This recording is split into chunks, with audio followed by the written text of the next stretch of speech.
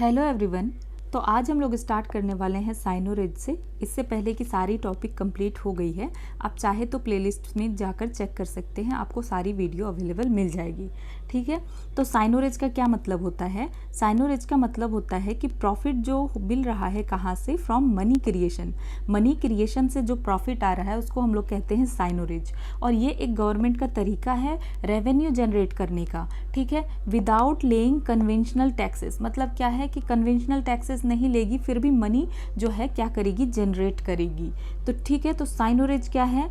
एक तरीके का प्रॉफिट है जो कि सेंट्रल बैंक को मिलता है फॉलोइंग वेज में। अब देखते हैं कैसे। जब करेंसी इशू करती है तो आरबीआई कोई ना कोई बैकअप तो रखती है। हमने पहले भी पढ़ा है कि आरबीआई को जो है अगर मनी प्रिंट करती है तो उसको बैकअप रखना ज़रूरी है। क्यों ज़रूरी है? तो ये हमने पहले भी पढ़ा है कि बैकअप रखना ज़रूरी है। देन तो ये रिजर्व जो है आरबीआई को क्या देगी? इंटरेस्ट देगी।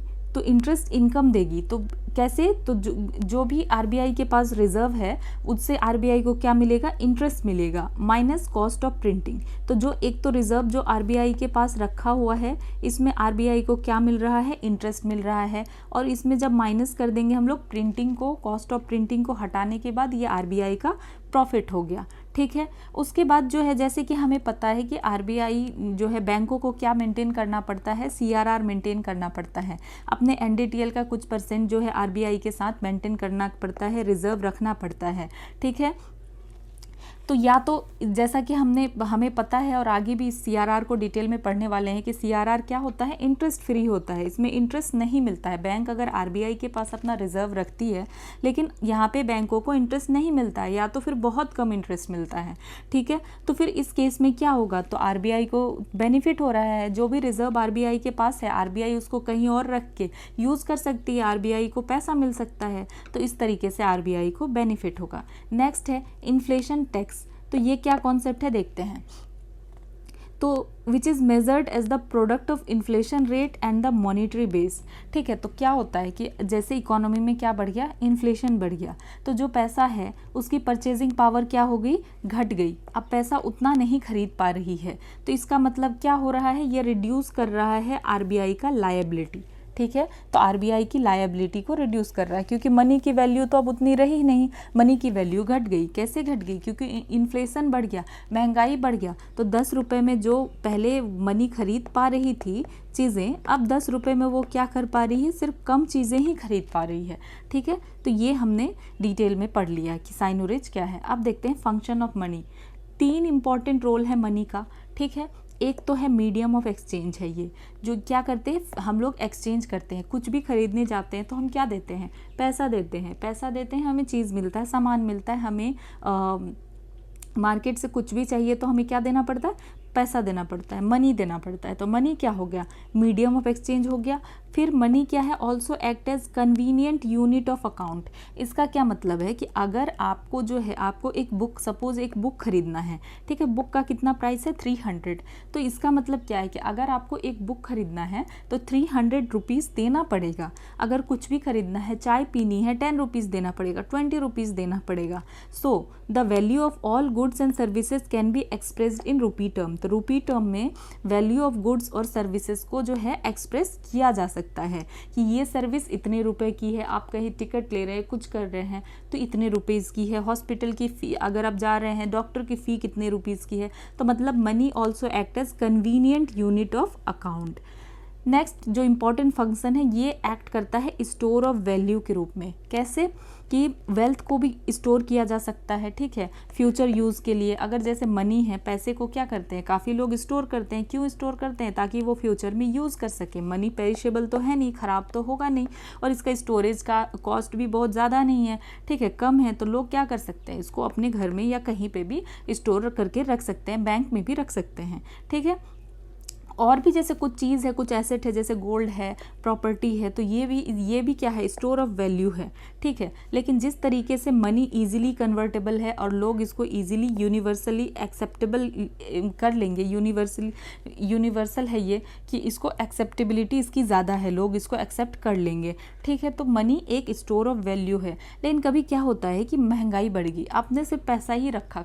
ठीक है, लेकिन महंगाई तो बढ़ गई, तो अब परचेजिंग पावर जो है मनी की इरोड हो गई, ख़राब हो गई। तो कभी कभी ऐसा हो सकता है कि ये स्टोर ऑफ वैल्यू तो है, लेकिन कभी कॉम्प्रोमाइज़ हो सकती है, ठीक है, क्योंकि मनी की वैल्यू लूज़ हो जाएगी, कम हो जाएगी। ये हमने देखा। अब देखते हैं एक्सचेंज रेट सिस्टम के बारे में। तो 1947 में क्या था कि हमारा जो है एक्सचेंज रेट क्या था, फिक्स और एडजस्टेबल था, मतलब फिक्स था, ठीक है, और फिर उसको एडजस्ट करते थे। 1993 के बाद हमारा क्या है, मैनेज्ड फ्लोट है, ठीक है। तो अभी देखते हैं कैसे। तो बिफोर 1993 क्या था, इंडिपेंडेंस से लेकर 1993 तक इंडिया क्या करती थी, फिक्स करती थी एक्सचेंज रेट को विथ रिस्पेक्ट टू डॉलर और अदर मेजर करेंसी। तो अदर मेजर करेंसी या डॉलर के रिस्पेक्ट में क्या करती थी, फिक्स रखती थी। लेकिन कोई अगर इकोनॉमिक सिचुएशन बुरा आया, जब ज़रूरत पड़ा, तो क्या करती थी, एडजस्ट करती थी, डी वैल्यू करती थी और रीवैल्यू करती थी। इसी को क्या कहते थे, फिक्स्ड और exchange rate system, fixed and adjustable exchange rate system. तो अब देखते हैं कि 1947 में क्या था कि नॉमिनल एक्सचेंज रेट क्या था, $1 इज इक्वल टू 1 रुपी था। मतलब $1 क्या था, $1 जो था 1 रुपीज़ के बराबर था, ठीक है। लेकिन due to continue adverse balance of payment, लेकिन कंटिन्यू क्या हो रहा था कि बैलेंस ऑफ पेमेंट हमारा ख़राब हो रहा था और हायर इन्फ्लेशन आता जा रहा था compare to other major trading partners, जो और लोग थे उन लोगों से ज़्यादा। तो हम क्या करते थे, we use to devalue the rupee. तो हम अपने रुपी को डी वैल्यू करते थे, ठीक है, which is because of which its rise to $1। तो हम डी वैल्यू करते करते जो है कहाँ तक चला गया, $1 इज इक्वल टू मतलब RS 31 रुपीज़। पहले हमने देखा कि $1 था और $1 इज इक्वल टू 1 रुपीज़ था, लेकिन हमने क्या करना शुरू किया, डी वैल्यू करना शुरू किया। और डी वैल्यू करते करते हमारा $1 जो है, $1 में अब हमें कितना पे करना पड़ता था, 31 रुपीज़ पे करना पड़ता था 1993 तक, ठीक है। तो कोई भी कंट्री क्या गोज़ फॉर मतलब डीवैल्यूएशन के लिए कब जाती है, goes for devaluation of its currency to correct its adverse balance of payment situation. तो डी वैल्यू क्यों करती है, क्योंकि इनकी बैलेंस ऑफ पेमेंट सिचुएशन ख़राब हो रही है। कैसे ख़राब हो रही है, इसके एक्सपोर्ट को सिचुएशन को करेक्ट करती थी, क्योंकि एक्सपोर्ट जो है महंगा हो रहा था, तो इसके एक्सपोर्ट को चीपर करती थी और इम्पोर्ट को कॉस्टलियर करती थी, कि कोई जो है इंपोर्ट करना ना चाहे, इंपोर्ट करने में काफ़ी पैसा लगे और एक्सपोर्ट जो है आसानी से हो जाए, चीपर हो जाए, ठीक है। तो कोई भी कंपनी क्या करती है, a country goes for devaluation of its currency to correct adverse balance of payment situation, क्योंकि बैलेंस ऑफ पेमेंट सिचुएशन को सही करना था, so that its export gets cheaper, कि एक्सपोर्ट सस्ता हो सके और इंपोर्ट महंगा हो सके, ठीक है। अब समझते हैं इस बात को कि ये क्यों है और क्या कहना चाह रहे हैं, ठीक है। अगर हम इससे पहले तो सारी चीज़ें हमने बहुत ही डिटेल से पढ़ा है, नॉमिनल एक्सचेंज रेट वगैरह वगैरह। तो नॉमिनल एक्सचेंज रेट अगर मानते हैं, देख लेते हैं कि अगर $1 20 रुपये है, ठीक है, तो बर्गर का प्राइस इंडिया में 10 है और यूएस में $1 है, ठीक है। तो क्या हो रहा है, in this case US will import burger from India. तो इस केस में क्या करेगा यूएस, क्योंकि $1 30 रुपये का है, ठीक है, लेकिन बर्गर जो है 10 का मिल रहा है। तो इसका क्या मतलब है कि $1 देंगे और 2 बर्गर लेकर के जाएंगे इंडिया से। तो India will export burger to US. अब इंडिया क्या करेगी, क्योंकि अब लोग देखेंगे कि यहाँ सस्ता मिल रहा है, जहाँ सस्ता उन्हें मिलेगा वो जाके वहाँ से खरीदेंगे ना। तो इंडिया क्या कर रही है, एक्सपोर्ट कर रही है burger, but in due to inflation. लेकिन इन्फ्लेशन की वजह से क्या हो रहा है कि बर्गर का प्राइस इंडिया में भी 20 हो गया, ठीक है, then export from India will stop. तो अब बर्गर का क्या फ़ायदा, बर्गर का प्राइस यूएस में भी बर्गर 20 का मिल रहा है, इंडिया में भी 20 का मिल रहा है, तो कोई क्यों आके इंडिया में बर्गर खरीदेगा। तो इन्फ्लेशन, क्योंकि इंडिया में क्या हो गया, इन्फ्लेशन बढ़ गया, इन्फ्लेशन की वजह से बर्गर जो है 20 रुपये का यहाँ भी हो गया, तो यहाँ क्या हो गया, एक्सपोर्ट जो है लेस कॉम्पिटिटिव हो गया। अब एक्सपोर्ट अच्छा नहीं हो पा रहा है, ठीक है। लेकिन इस सिचुएशन में जब प्राइस को क्या किया जा रहा है, price has increased to RS20। अब if RBI devalue its exchange rate, अगर अब RBI क्या करती है, अब अपना एक्सचेंज रेट को क्या कर देती है, 30 रुपये कर देती है, ठीक है, 30 रुपये कर देती है, तो again export of India will start. अब क्या हो गया, फिर से जो है $1 जो है, $1 कितने का हो गया, फिर से जो है $1 कितने का हो गया, 30 रुपीज़ का, ठीक है। तो तो हम देख रहे हैं कि $1 ₹30 का हो गया, ₹30 का हो गया, and in 30 they will get 1.5 burger. अब क्या हुआ, क्योंकि इंडिया में 20 रुपये है तो अब एक बर्गर तो नहीं मिलेगा हमें, अब कितना मिल रहा है, अब क्योंकि 30 रुपये में 2 बर्गर तो नहीं मिल रहा है, तो 1.5 बर्गर अभी भी मिल रहा है। तो मतलब क्या हो रहा है, तो इससे क्या हो रहा है, to increase its export and improve the balance of payment situation, India consistently devalued its currency till 1993। तो ये होता गया कि $1 = 1 रुपीज़ से 31 रुपीज़ तक आ गया था। तो ये कंटिन्यू ऐसा करना पड़ा, ठीक है, बैलेंस ऑफ पेमेंट को सही रखने के लिए। लेकिन 1993 के बाद क्या हुआ, RBI left rupee to the market forces of demand and supply. RBI ने इसके ऊपर कंट्रोल क्या किया कि अब मार्केट फोर्सेस डिमांड और सप्लाई के ऊपर छोड़ दिया। इसको हम लोग क्या कहते हैं, floating exchange rate. Floating exchange rate का क्या मतलब है कि इट्स वैल्यू विल डिपेंड और float as per the market forces of demand and supply. अब डिमांड एंड सप्लाई के अकॉर्डिंग होगा कि जितना डिमांड है उस हिसाब से सप्लाई होगा, ठीक है। और सेंट्रल बैंक अब इसको मैनिपुलेट नहीं करेगी। इससे पहले जैसे कि फिक्स था, फिर एडजस्ट करती थी, ठीक है, तो अब ये नहीं चलेगा। अब एग्जांपल लेते हैं कि अगर मोर और मोर फॉरेन इन्वेस्टर जो है आ रहे हैं इंडिया में इन्वेस्टमेंट पर्पस के लिए, तो वो क्या करेंगे, वो सेल करेंगे अपना फॉरेन करेंसी और रुपी खरीदेंगे, ठीक है। इंडिया में आ रहे हैं इन्वेस्ट करने के लिए, तो अपना जो फॉरेन करेंसी है उसको ले करके आएंगे और परचेस करेंगे rupees, as they can invest in India in rupee only. क्योंकि अगर कोई इंडिया में आके इन्वेस्ट करेगा तो रुपीज़ में ही इन्वेस्ट करेगा ना, डॉलर में तो इन्वेस्ट नहीं करेगा, क्योंकि यहाँ पे लोगों को क्या चाहिए, रुपीज़ चाहिए। सो as they will try to purchase more and more Indian rupees, the demand of rupees will increase and it will appreciate। तो अगर वो चाहेंगे, ज़्यादा से ज़्यादा पैसा चाहेंगे, रुपीज़ का डिमांड बढ़ गया तो क्या होगा, रुपीज़ का डिमांड बढ़ गया तो रुपीज़ का रेट बढ़ेगा, एप्रिशिएट होगा। लेकिन फिर अगर अपोजिट होने लगता है कि इन्वेस्टर जो है अब इंडिया छोड़कर जा रहे हैं, ठीक है, और वो क्या करेंगे, वो सेल करेंगे इन्वेस्टमेंट अपना इंडिया में, ठीक है, इन रुपीज़ में, तो अब वो सब कुछ बेच करके जा रहे हैं and purchase the foreign currency. और क्या कर रहे हैं, और फॉरेन करेंसी ज़्यादा से ज़्यादा परचेज कर रहे हैं। तो यहाँ पे क्या होगा, इंक्रीज़ किस चीज़ का होगा, increase demand of foreign currency. तो अब फॉरेन करेंसी डिमांड होना शुरू हो जाएगा। वो बेच करके जा रहे हैं तो रुपीज़ लेकर के तो जाएंगे नहीं, वो अपना फॉरेन करेंसी लेकर के जाएंगे, वहाँ पे रुपीज़ तो चलेगा नहीं, तो उन्हें अपनी करेंसी चाहिए होगी, ठीक है। तो फिर रुपी जो है डेप्रिसिएट होना स्टार्ट हो जाएगा, ठीक है। अब एक दूसरा एग्जाम्पल लेकर के समझते हैं कि क्यों जो है रुपी इतना डेप्रिशिएट होता जा रहा है डॉलर्स के अगेंस्ट कंटिन्यूअसली, ठीक है। ऐसा क्यों है कि कंटिन्यूअसली जो है डॉलर के अगेंस्ट रुपी डेप्रिशिएट होता जा रहा है।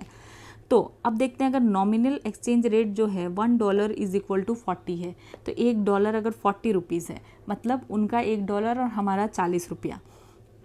तो इंडिया में बर्गर का प्राइस क्या है, 20 रुपये है, और यूएस में $1 है। तो इस केस में क्या होगा कि US will import burger from India, ठीक है, क्योंकि $1 40 रुपये का है और इंडिया में बर्गर अभी भी 20 रुपये का मिल रहा है। तो यूएस वाले क्या करेंगे, यहाँ से आके बर्गर जो है इंपोर्ट करेंगे, क्योंकि उनको यहाँ फ़ायदा है, ठीक है। सो दे विल गेट $40 $1 में उनको 40 रुपये मिलेगा, और 40 रुपये में उनको 2 बर्गर मिल जाएगा इंडिया से। But if due to inflation, लेकिन क्या होता है, इन्फ्लेशन की वजह से अगर बर्गर प्राइस इंडिया में इंक्रीज़ होना शुरू हो जाता है, अगर बर्गर प्राइस क्या होता है, इन्फ्लेशन की वजह से बर्गर प्राइस इंडिया में क्या होता है, बढ़ रहा है, तो जो अब क्या हो गया, ये 30 रुपये का हो गया, ठीक है। Then export from India will declining, क्योंकि अब जो उनको 20 में मिल रहा था, अब 40 में 2 बर्गर मिल रहा था, लेकिन अब तो 2 बर्गर नहीं मिल रहा है, एक ही बर्गर मिल पा रहा है 30 रुपीज़ में, ठीक है। तो ये क्या इम्प्लाई कर रहा है कि demand for rupee will start declining. तो रुपी का डिमांड जो है अब डिक्लाइन होना शुरू हो जाएगा, ठीक है। तो the decline in rupee demand will depreciate the rupee exchange rate. तो जैसे रुपी डिमांड डिक्लाइन हो गया, अब रुपी का डिमांड हो नहीं रहा है, तो क्या हो जाएगा, डेप्रिशिएट हो जाएगा रुपी का एक्सचेंज रेट, ठीक है। तो ये फिर मूव होकर के कितना हो जाएगा, $1 50 रुपीज़ का हो जाएगा। फिर ये which will again push the export of burger from India and US people will get more burger, ठीक है। तो अब क्या हुआ, क्योंकि हमने यहाँ पे देखा कि अब जो है बर्गर 30 रुपये का हो गया, अब यूएस के लोग आकर के हमारे पास बर्गर ले नहीं रहे हैं, क्योंकि अब तो उनको एक ही बर्गर मिल पा रहा है 40 में। तो हमने क्या किया, हमने क्या कर दिया, अपने डॉलर, फिर हम तो फिर यहाँ पे क्या हुआ कि हमने नहीं किया। फिर यहाँ पे क्या हुआ कि रुपी का डिमांड कम हो गया तो रुपी डिक्लाइन होना शुरू हो गया, ठीक है। और जैसे रुपी डिक्लाइन होना शुरू हो गया तो decline in the rupee demand will depreciate the rupee exchange rate, तो रुपी का एक्सचेंज रेट अपने आप डेप्रिशिएट होना शुरू हो गया। और ये अब $1 कितना हो गया, 50 रुपीज़ का हो गया, जो कि फिर से अब एक्सपोर्ट जो है बर्गर का एक्सपोर्ट इंडिया से स्टार्ट हो गया, क्योंकि अब जो है पहले 40 रुपये का था, अब 50 रुपये हो गया, ठीक है। $1 50 रुपये हो गया, तो US people will get more burger, अब उसको $1 में ज़्यादा बर्गर मिलेगा, ठीक है। तो इस तरीके से कंटिन्यूसली हम देखते रहते हैं कि क्यों डॉलर का डिमांड जो है, डॉलर का रेट इस तरीके से हम देख रहे हैं कि हाँ बढ़ता जा रहा है, और हमारी रुपी का क्या हम देख रहे हैं, घटता जा रहा है। तो इस तरह से चीज़ें हम देख रहे हैं, ठीक है। So when our exchange rate was fixed, जब ये फिक्स था और एडजस्टेबल था 1993 में, तो क्या हो रहा था, there was comparatively high inflation, लेकिन तब इन्फ्लेशन बहुत ज़्यादा था इंडिया में, और BOP इश्यूज़ भी हो रहा था, ठीक है। बैलेंस ऑफ पेमेंट क्राइसिस भी हो रहा था, क्योंकि हमारे पास डॉलर नहीं आ रहा था, ठीक है, हमारे पास करेंसी नहीं आ रहा था, ठीक है। तो इससे बैलेंस ऑफ पेमेंट इशू हो रहा था। तो RBI क्या करती थी, डीवैल्यू करती थी रुपी को, ठीक है, क्या करने के लिए, to make our export competitive, अब हमारे एक्सपोर्ट को कॉम्पिटिटिव बनाने के लिए RBI डी वैल्यू करती थी। लेकिन 1993 के बाद क्या हुआ, जब इंडिया जो है फेस किया higher inflation as compared to the other countries, it's currency rupee automatically depreciated. लेकिन जब हाई इन्फ्लेशन आया तो करेंसी रुपी जो है ऑटोमेटिकली डेप्रिशिएट होता रहा मार्केट फोर्सेस के डिमांड और सप्लाई की वजह से, ठीक है। तो ये हमने काफ़ी डिटेल में देखा, ठीक है। ये थोड़ा सा कंफ्यूजिंग हो जाता है ये सारी चीज़ें, बट आई होप समझ में आया होगा। देन फ्लोटिंग एक्सचेंज रेट जो है 2 तरह का होता है, ठीक है। हमने फ्लोटिंग तो देख लिया, तो फ्लोटिंग में भी 2 तरह का होता है। एक तो फ्री फ्लोट। फ्री फ्लोट का मतलब क्या है कि central bank of the country जो है कभी इंटरवीन ही नहीं कर रही है, जो हो रहा है एकदम फ्री होता जा रहा है, ठीक है। In the foreign exchange market, foreign exchange market में जो हो रहा है सेंट्रल बैंक इस पर कुछ नहीं कर रही है। And the currency price is totally left to the demand and supply, demand and supply पे छोड़ दिया गया है करेंसी प्राइस को, ठीक है। मार्केट फोर्सेस, जैसे कि एग्जाम्पल में हम देखें तो US है, जापान है, सम यूरोपियन कंट्री है, कि ये कुछ भी इंटरफेयर नहीं कर रही है, जो सब डिमांड एंड सप्लाई से हो रहा है होते जा रहा है। देन एक है मैनेज्ड फ्लोट, इसमें क्या होता है कि सेंट्रल बैंक इंटरवीन करती है और समटाइम्स इंटरवीन करती है, ऐसा नहीं कि हमेशा इंटरवीन करती है, लेकिन sometimes intervenes in the market to buy and sell foreign currencies. ज़रूरत जब पड़ती है तो बाय और सेल करती है फॉरेन करेंसीज़ को। In case of domestic currency becomes very volatile, अब ऐसा हो गया कि डोमेस्टिक करेंसी का बुरा हाल है, बहुत ही वोलेटाइल होती जा रही है, तो फिर क्या करेगी, तब तो थोड़ा बहुत सेंट्रल बैंक को इंटरवीन करना पड़ेगा। फॉर एग्जाम्पल के तौर पे हम देख लेते हैं कि इंडियन रुपी जो है हमारा क्या है, मैनेज्ड फ्लोट है। हमने डिमांड एंड सप्लाई पे तो छोड़ा है, बट फुल्ली नहीं छोड़ दिया है कि कंट्री कभी इंटरवीन ही नहीं करती है, यहाँ पे RBI इंटरवीन करती है। So if the rupee has become very volatile, अगर रुपी बहुत ज़्यादा वोलेटाइल हो जाती है और डेप्रिशिएट करती रहती है डॉलर के अगेंस्ट, तो फिर RBI क्या करती है, start selling dollars in the market. तो RBI क्या करती है, डॉलर को बेचना शुरू करती है मार्केट में from its foreign exchange reserve. तो जो RBI के पास फॉरेन एक्सचेंज रिजर्व है, यहाँ से क्या करती है, डॉलर उठाती है और मार्केट में बेचना शुरू करती है to check the appreciation of dollar, ठीक है। And keep the rupee stable and prevent its depreciation, और रुपी का डेप्रीशिएशन जो है वो रोकती है। तो RBI क्या करती है, डॉलर को सेल करती है, मार्केट में डॉलर बढ़ाती है। अगर जब भी कोई चीज़ बहुत ही ज़्यादा अवेलेबल है तो उसका डिमांड उतना नहीं होगा, और उसका डिमांड उतना नहीं होगा तो इसका मतलब क्या हो रहा है कि डॉलर का डिमांड, मार्केट में डॉलर है तो डॉलर का डिमांड घट रहा है, रुपी का डिमांड बढ़ रहा है, तो रुपी इसी तरीके से क्या होगा, स्टेबल होगा और डेप्रीशिएट होने से रुकेगा। अगर क्या होगा कि अगर मार्केट में रुपी ही है और डॉलर है ही नहीं, तो फिर क्या होगा, रुपी तो डेप्रीशिएट होता जाएगा ना, इसका एक्सचेंज रेट और ख़राब होता जाएगा, डेप्रीशिएट होता जाएगा। तो इंडिया के केस में RBI क्या करती है, इंटरवीन करती है इन फॉरेन एक्सचेंज मार्केट, ठीक है। फॉरेन एक्सचेंज मार्केट में RBI इंटरवीन करती है, ठीक है, इनडायरेक्टली थ्रू, जैसे कि अब ये RBI डायरेक्टली नहीं करती है बट इनडायरेक्टली करती है थ्रू पब्लिक सेक्टर बैंक, जो बैंक्स हैं उनके द्वारा। तो ये बैंक क्या करती है फिर, बाय और सेल करती है on behalf of RBI in the market. तो ये सारे बैंक जो है बाय और सेल करते हैं, ठीक है। तो इसी तरीके से हमने देखा कि मैनेज फ्लोट क्यों ज़रूरी है, एप्रिशिएशन डेप्रिशिएशन का भी कॉन्सेप्ट इसमें हमने देख लिया कि रुपी जो है अप्रिशिएट और डेप्रिशिएट क्यों कर रही है, ऐसा क्यों हो रहा है कि कंटिन्यूअसली जो है डॉलर बढ़ता जा रहा है, ठीक है, ठीक है। देन अब देखते हैं सिक्योरिटीज़।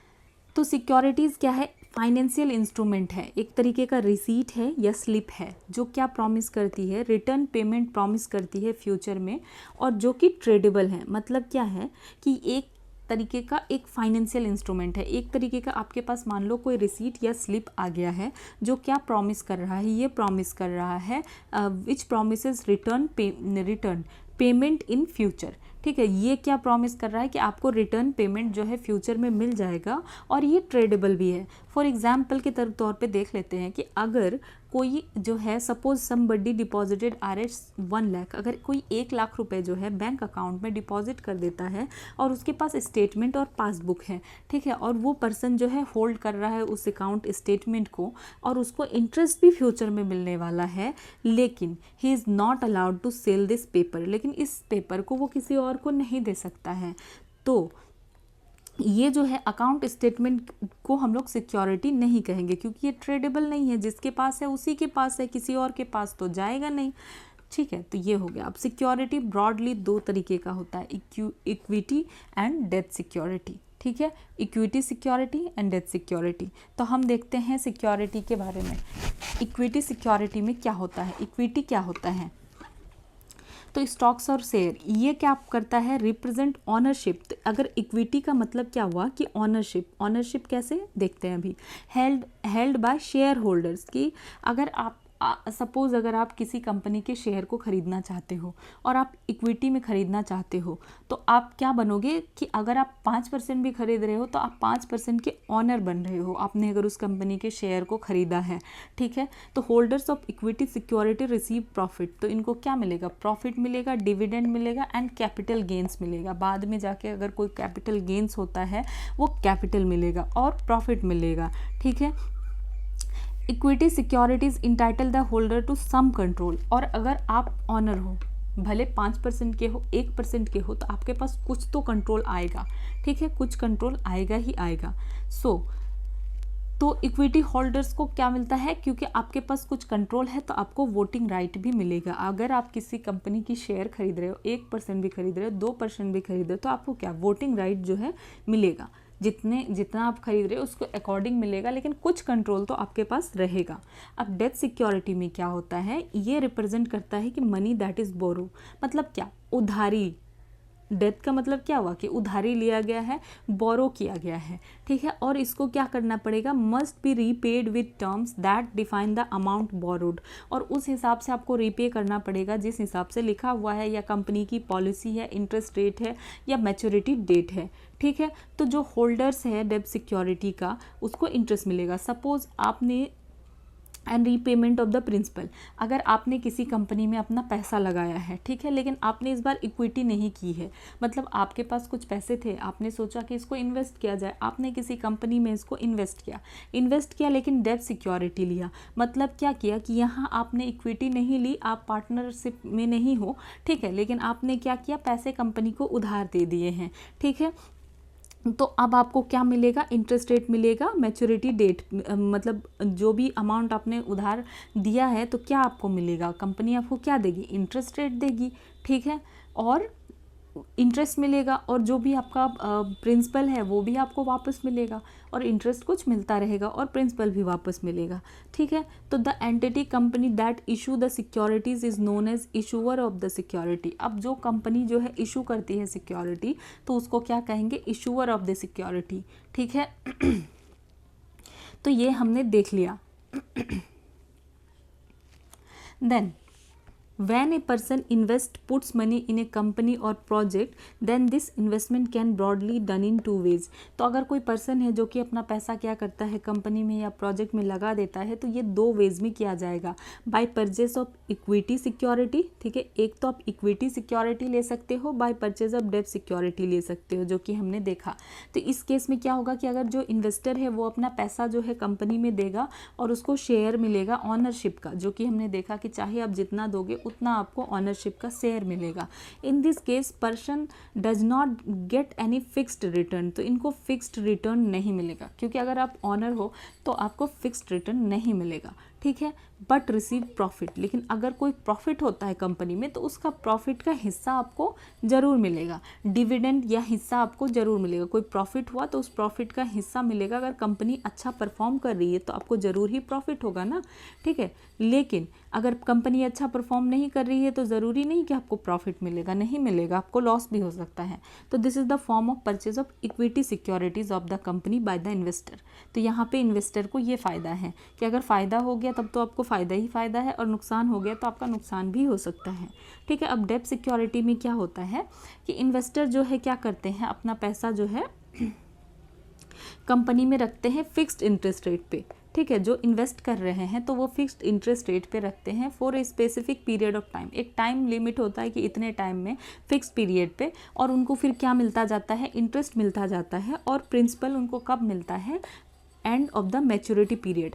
जब मैच्योरिटी पीरियड ख़त्म हो जाता है तब उनको क्या मिलता है, प्रिंसिपल वापस मिलता है, ठीक है. और ये एक तरीके का क्या है, फॉर्म ऑफ डेब्ट सिक्योरिटी, ठीक है. तो ये हमने देख लिया कि डेब्ट सिक्योरिटी क्या है. डेब्ट सिक्योरिटी का सिंपली मतलब है कि किसी कंपनी में आपने अपना पैसा रखा है, पर आपने कंपनी को उधार में दिया है, तो आपको फिक्स्ड इंटरेस्ट रेट मिलता रहेगा और एंड में आपको जो है अपना ये मिल जाएगा, जो भी प्रिंसिपल आपने लगाया था वो मिल जाएगा. और इक्विटी सिक्योरिटी का मतलब है कि आपको प्रॉफिट मिलेगा. अगर प्रॉफिट हुआ तो प्रॉफिट मिलेगा और प्रॉफिट नहीं हुआ तो नहीं मिलेगा. तो ये सारी चीज़ें है, ठीक है. फिर इसी को समझाने के लिए काफ़ी सारी चीज़ें हैं कि इस कंपनी में एसेट और लायबिलिटी, कंपनी की एसेट और लायबिलिटी क्या होगा, ठीक है. अगर कैश 1 करोड़ है, ठीक है, तो ऑनर्स मनी एसेट अगर 1 करोड़ है तो यहाँ पे इस तरीके से दिखाया गया है कि owners money is equal to 1 crore, ठीक है. कैश 1 करोड़ है तो ऑनर का मनी क्या हो गया, 1 करोड़ हो गया. ये उसकी लायबिलिटी भी 1 करोड़ हो गई. अगर एसेट 3 करोड़ है तो लायबिलिटी भी कंपनी की 3 करोड़ हो गई. तो इस तरीके से ये सारी चीज़ें एग्जाम्पल है, आप इसको इस एग्जाम्पल को जो है देख सकते हैं. सो बेसिकली आपको यहाँ पे अवव एग्जाम्पल में आप खुद के एंड से इसको पढ़ सकते हैं. सिर्फ वही सारी चीज़ों को क्लियर करने के लिए, समझाने के लिए है कि इन एग्जाम्पल में आप क्या देख रहे हैं कि अगर इन्वेस्टर जो है अपना पैसा क्या कर रहे हैं, इन्वेस्ट कर रहे हैं या रख रहे हैं कंपनी में, ठीक है, दो तरीके से, ठीक है. तो ये वही दिखा रहा है कि आप कैसे रख सकते हैं at a particular fixed interest rate.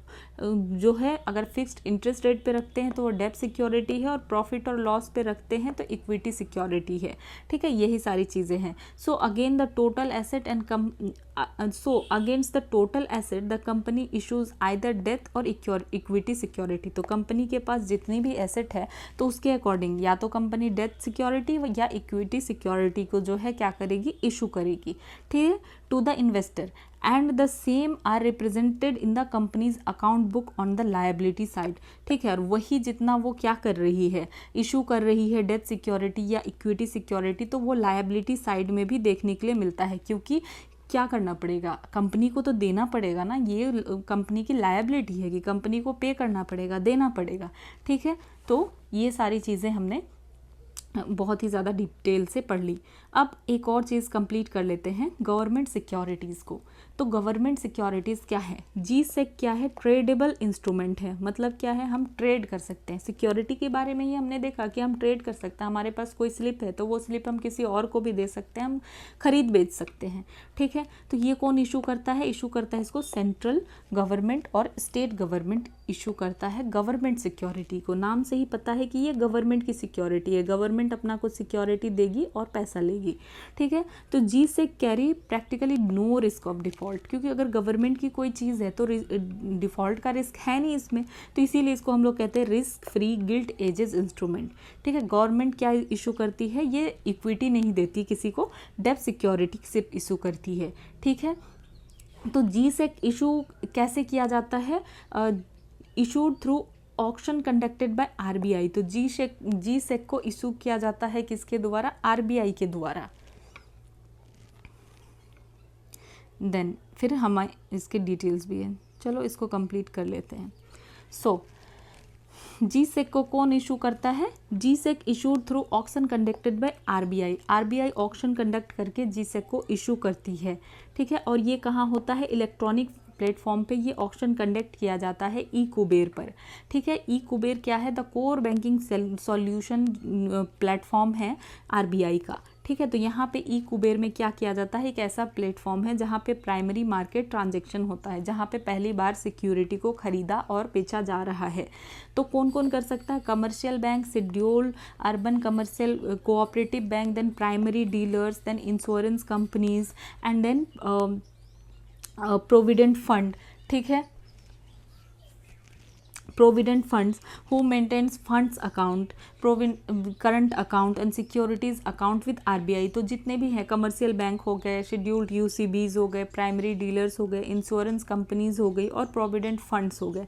तो ये सारे क्या कर रहे हैं, फंड अकाउंट मेंटेन करते हैं आरबीआई के साथ, ठीक है। जो मेंटेन करते हैं करंट अकाउंट, और fund account means current account, और सिक्योरिटीज अकाउंट जो है आरबीआई के साथ मेंटेन करते हैं। और ये सारे क्या मेंबर हैं, इलेक्ट्रॉनिक प्लेटफॉर्म के मेंबर हैं।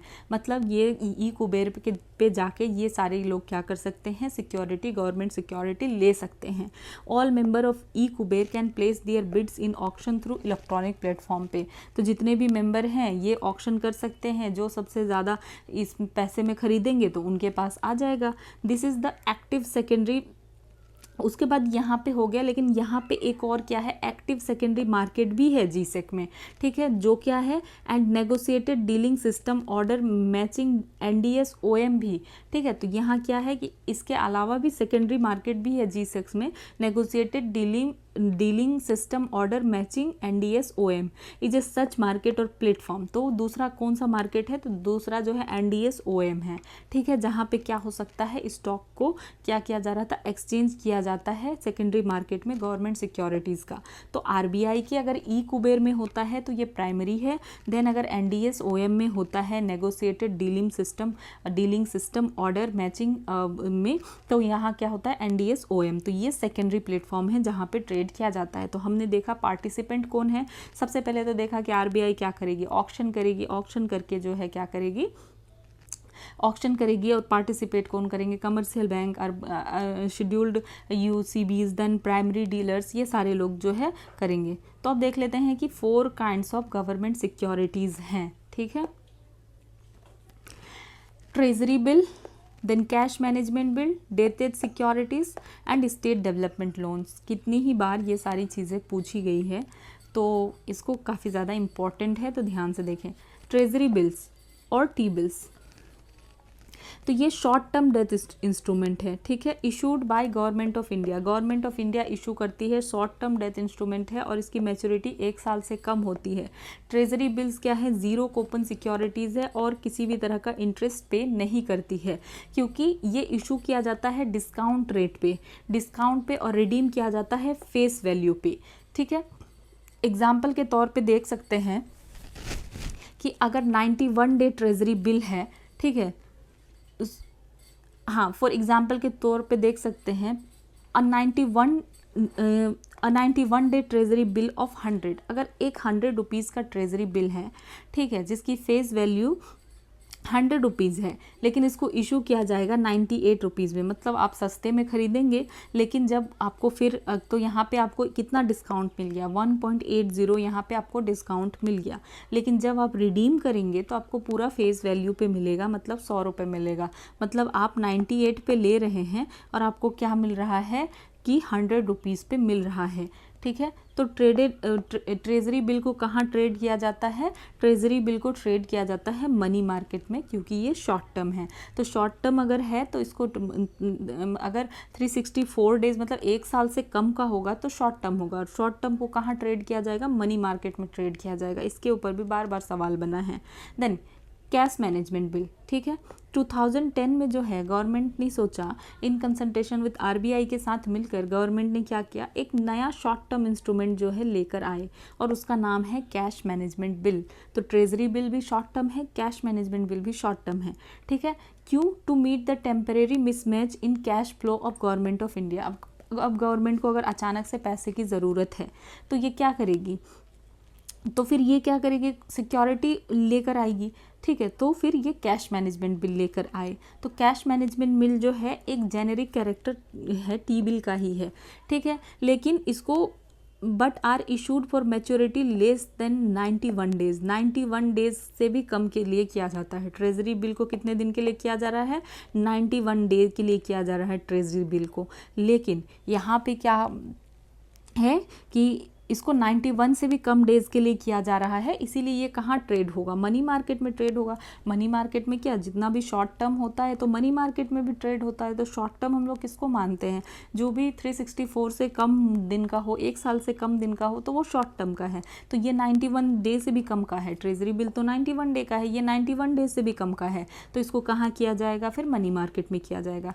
देन डेटेड सिक्योरिटीज़ देख लेते हैं। तो ये बेसिकली लॉन्ग टर्म है, ठीक है। डेटेड सिक्योरिटी लॉन्ग टर्म होता है, ये इशू करती है सेंट्रल गवर्नमेंट, और जनरली इसका टेन्योर बहुत लंबा होता है, 5 साल से 40 साल तक हो सकता है, ठीक है।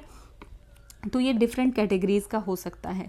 एक तो फिक्स्ड रेट बॉन्ड हो सकता है, जहाँ पे इंटरेस्ट रेट फिक्स्ड होगा मैच्योरिटी तक, कि मैच्योरिटी तक भी इंटरेस्ट रेट फिक्स ही है। फिर एक फ्लोटिंग रेट बॉन्ड्स होता है, जहाँ पे इंटरेस्ट मीन्स कूपन और इंटरेस्ट रेट सेम है। तो इंटरेस्ट और कूपन रेट जो है क्या है? फिक्स नहीं है। और ये किससे लिंक होगा? Link to the yield of treasury bills, और ट्रेजरी बिल्स के यील्ड पे मतलब लिंक्ड है, ठीक है, कि कितना बॉन्ड से फ़ायदा हो रहा है उसके ऊपर लिंक्ड है। लेकिन कूपन यहाँ पे फिक्स है नहीं, ठीक है, फ़ायदे के ऊपर है। अगर आपको ज़्यादा फ़ायदा हो गया तो मे बी आपको ज़्यादा फ़ायदा हो सकता है, ठीक है। देन इन्फ्लेशन इंडेक्स्ड बॉन्ड होता है। इन्फ्लेशन इंडेक्स्ड बॉन्ड ऐसा इंडेक्स्ड बॉन्ड हो गया कि जिसमें क्या है कि इंटरेस्ट और प्रिंसिपल जो है दोनों प्रोटेक्टेड है अगेंस्ट इन्फ्लेशन। तो इन्फ्लेशन से इंटरेस्ट और प्रिंसिपल दोनों क्या है? प्रोटेक्टेड हैं और can be linked with any inflation index, और किसी भी इन्फ्लेशन इंडेक्स से लिंक किया जा सकता है, जैसे कि CPI और WPI दोनों से लिंक किया जा सकता है। और हर साल क्या होगा?